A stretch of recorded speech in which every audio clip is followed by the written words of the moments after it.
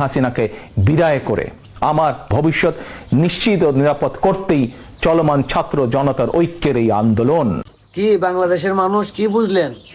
এই কোটা আন্দোলন, বৈষম্য বিরোধী আন্দোলন ছাত্রদের জন্য? আরে না, তারেক রহমানের কথা স্পষ্ট ক্লিয়ার যে এই কোটা আন্দোলন শুধুমাত্র তারেক রহমানের স্বার্থ হাসিল করার জন্য। আর এইটা নিশ্চিত করতে যে দেশের জনগণ, দেশের ছাত্র সমাজ মারা যাক, দেশের সম্পদ নষ্ট হোক, তার চেয়ে তারেক রহমানের কিচ্ছু আসে যায় না। তবুও তার স্বার্থ হাসিল করতে হবে, তার নিরাপত্তা নিশ্চিত করতে হবে।